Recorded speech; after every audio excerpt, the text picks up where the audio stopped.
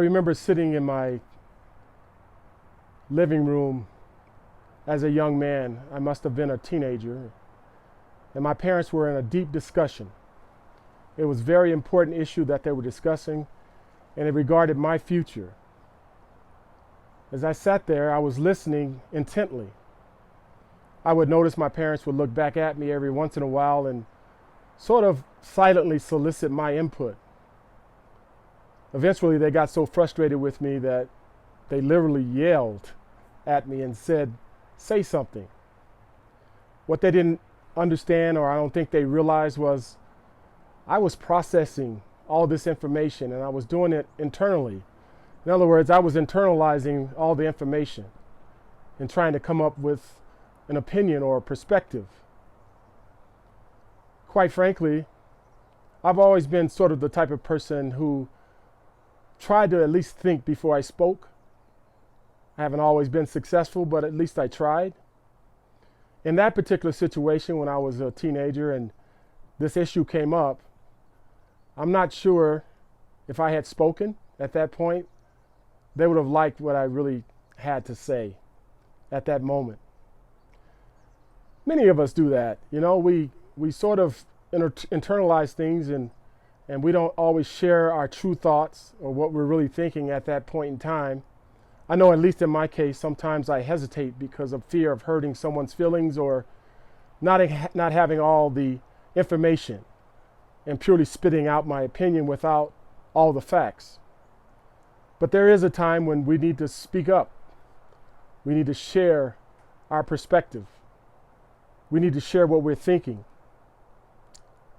That's what we're going to talk about today. Today we're going to talk about what we really think.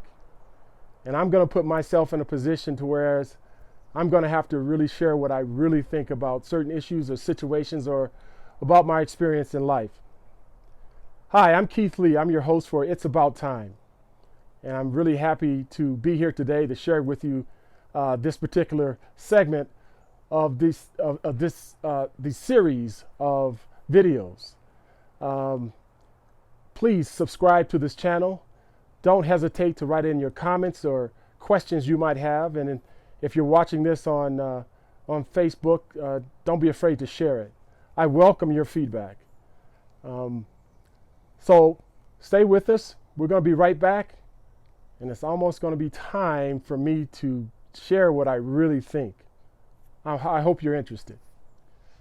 It's About Time is coming to you this week from the beautiful Lake Tahoe, California.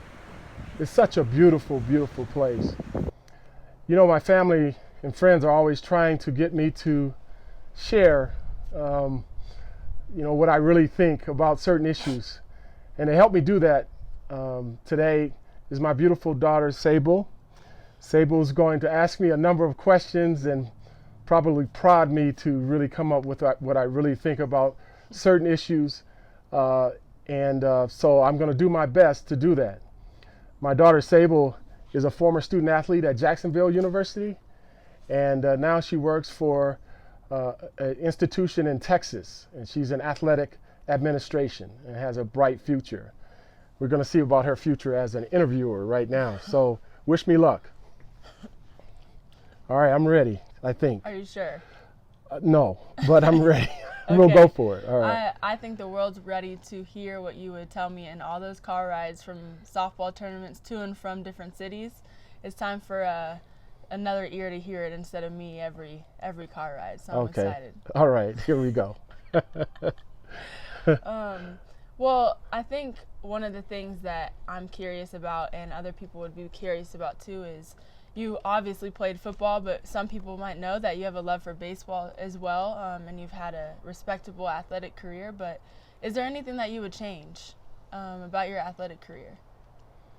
Not much, other than I wish I had pursued baseball a little more, because baseball, I guess, still is was my first love, and I wish I had continued playing baseball.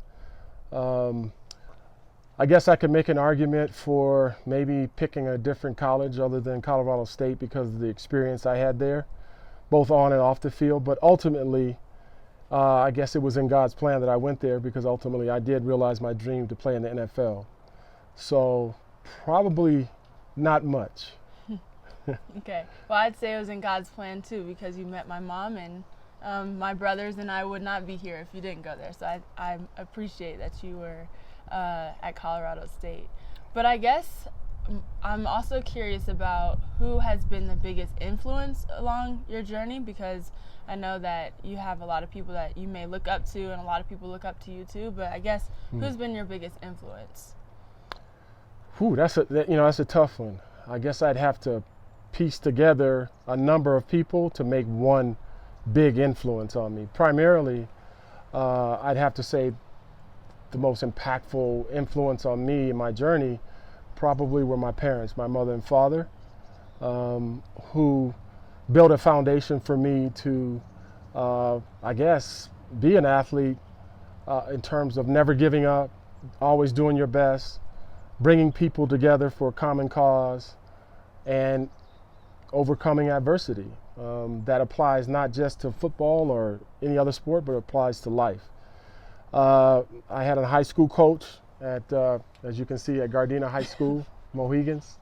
Coach Ralph Vidal, who was a big influence on me in terms of my approach to the game. And certainly I had some teammates that helped round me out, I guess, as an athlete. A number of them. Charlie Williams, who's at now at the University of South Florida as a coach. We played together. There's another gentleman, my roommate, Cecil Stockdale. Professionally, I had Roland Hooks, who's a dear friend and mentor of mine when I went to the NFL. And certainly my running buddy, Robert Weathers, we kept each other out of trouble. But in growing up, my best friend was Dennis Duran, who just kept me laughing throughout my life. I've heard a lot of stories about Dennis. Yeah, and he also kept me on the straight and narrow. He was my mentor for spiritual development. So it's an accumulation of people that really brought me to this point. Yeah, I think it's really interesting to hear that because obviously I'm familiar with most of the people that you named, of course my grandparents, but there's a ripple effect too as well, and the lessons that you learn from my grandparents and lessons that you learn from Uncle Roland and Uncle Rob and Catfish, it all has in some way impacted myself, and I know my brothers as well, so I think that's really interesting. What was the biggest lesson or takeaway that you learned from sport though?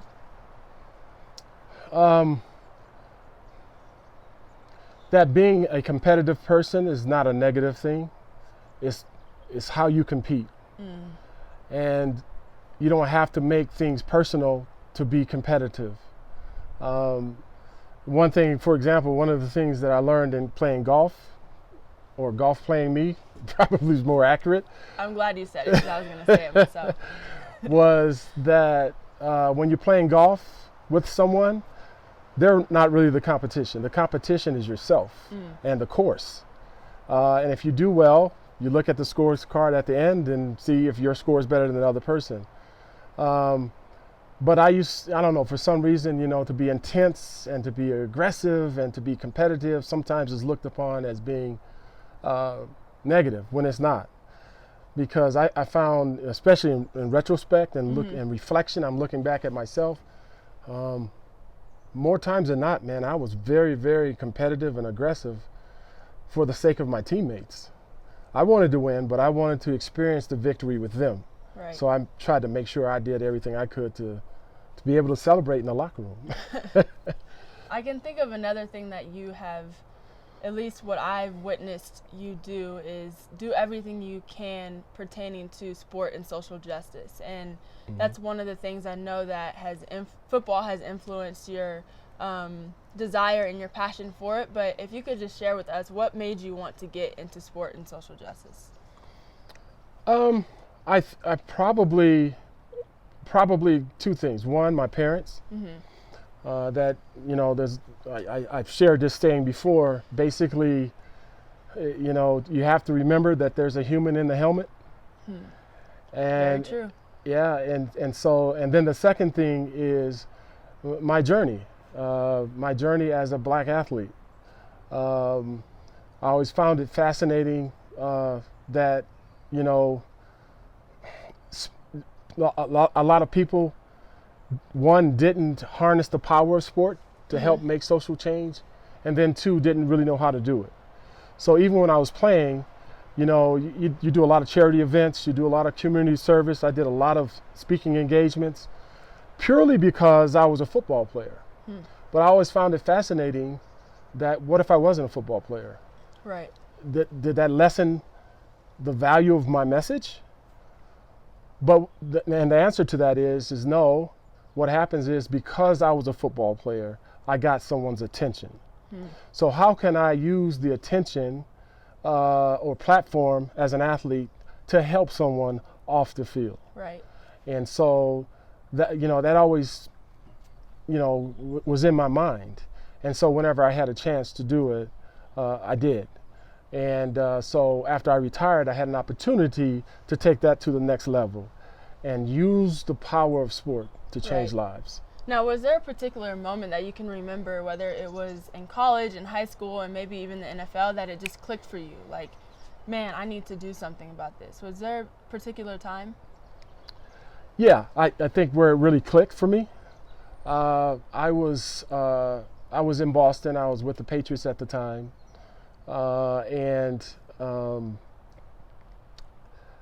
actually, no, I wasn't with the Patriots. I was with the Colts at the time, and they had a special situation where the Colts players would adopt a family, and my wife and I, my beautiful wife Coretta, and I adopted a family, and we went out and bought Christmas gifts and everything, and we brought them over to their house. We had never met them, right? And the impact we had on that family really struck me, because they weren't well off. They didn't have enough money for Christmas gifts. The older son had just enlisted into the army and was about to ship out to Iraq or somewhere overseas. There were two other little children in the home, but the fact that we brought over food and toys impacted them so much. And I realized that as a professional athlete, I had this opportunity to help someone purely because I was an athlete. And so that really started things spinning for me. You know, there were other instances that I kind of built up to that. Yeah. And but I realized that playing football was just part of my calling. Yeah. Using the power of sport probably was the cowbell for me. So that's a really interesting story, and I know I can only imagine how impactful that was, but I can also imagine how much pressure and how much you were under the spotlight, and even yourself, Mom, and your teammates and stuff like that, just with knowing that you had influence over the community like that, making sure that on Sundays and Saturdays that you were performing at 100%, and making sure that you are being this role model that society expects you to be. Right. And with thinking about that and times where it clicked for you, were there just times where you just wanted to give up? I mean, it was too much, whether it would be on the playing field or maybe something off the field. Were there any times where you felt like that? Yeah, there were a few times, and I don't know that that's unique. I think most people, if not all people, go through a period of time when they wonder if they can handle all of it. They wonder if it wouldn't be easier to just give up. Right. But I guess I just wasn't made that way. Either I'm stubborn or stupid. I haven't figured out which one.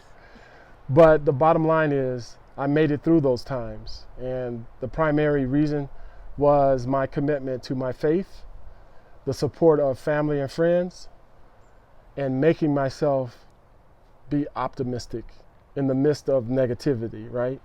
So that doesn't always make it any easier, but it makes it doable. Right.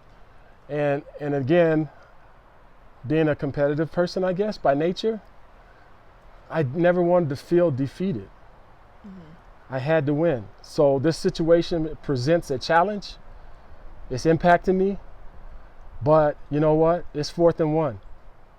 I got the right play called. I got a great coach up in heaven. And all I have to do is execute it. Yeah. So I'm going to do my job. Yeah. And we'll see what happens. That makes me think of Maya Angelou's quotes. One of my favorites is, "We may encounter many defeats, but we'll never be defeated."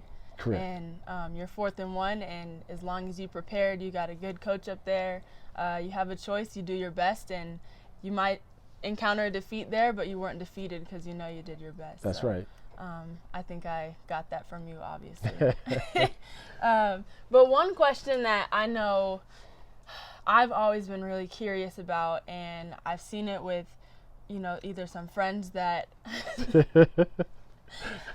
here we go. It's about to get real. I've seen it with some friends just from, college and just naturally just being in college athletics. But how did you handle the attention, the groupies, women known as groupies, or a lot of attention and women and people throwing themselves at you and wanting your attention and really demanding a lot from you, and whether it was temptation-wise and this idea in sport, I mean, we got to keep it real. Like it's a topic of conversation because it happens, right? So how was this for you playing, whether it was college and NFL? Just kind of talk us through that. I've always been really curious, and we're going to keep it real today. So I just wanted to ask you that.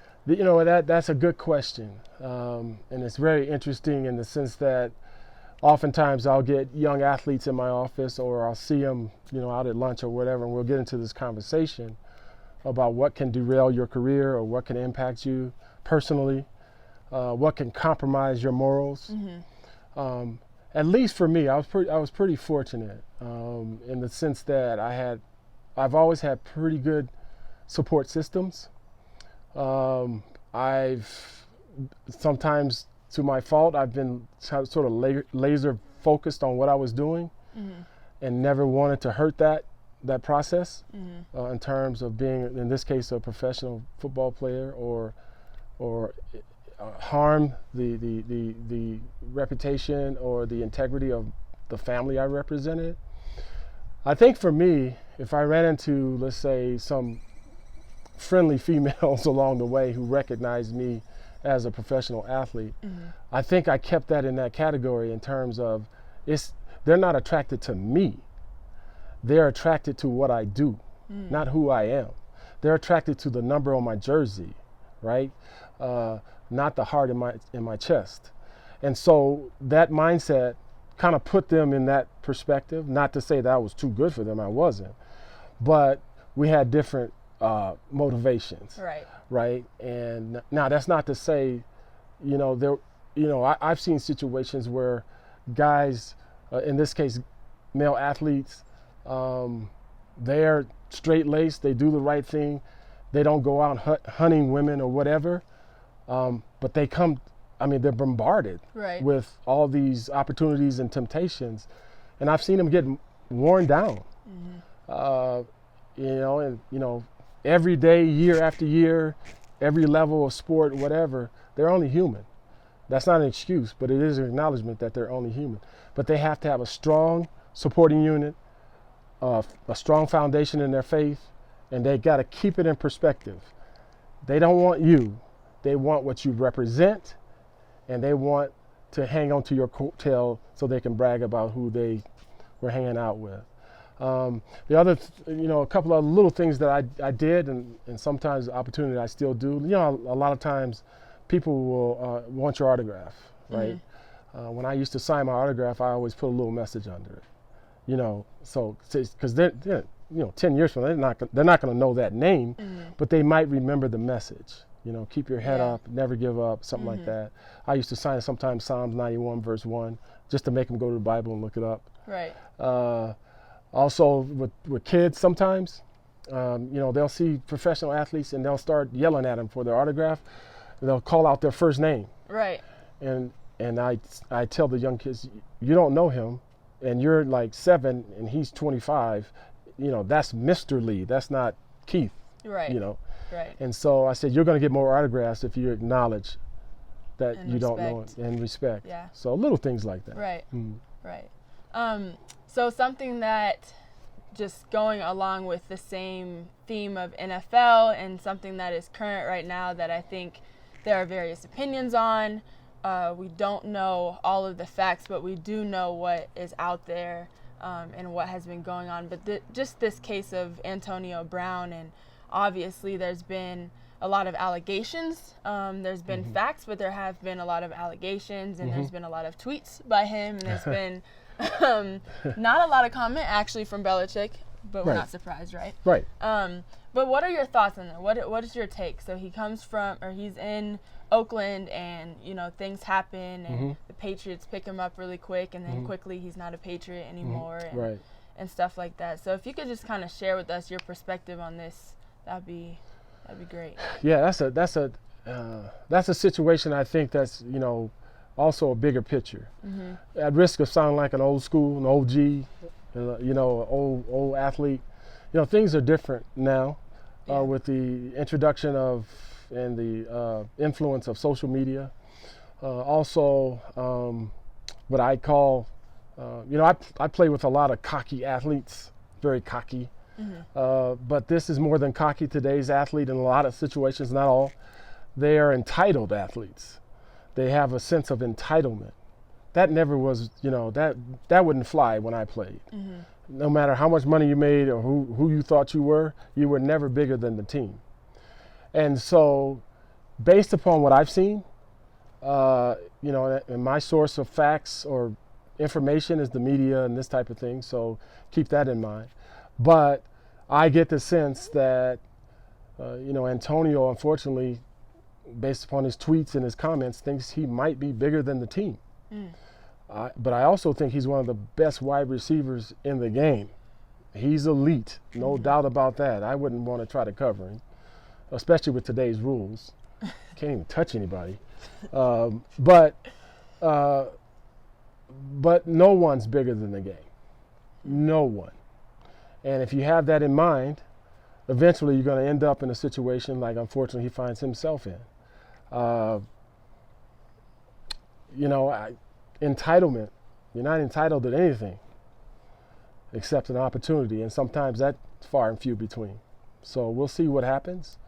I think in terms of what's happened off the field with the allegations and stuff and that type of thing, unfortunately, athletes have to be extremely careful in what they agree in terms of their friends, in terms of their actions, in terms of their words. Not to say other people don't have to be careful, but because athletes, unfortunately, are public figures, and what they say, do, or how they act is going to be public information. Yep.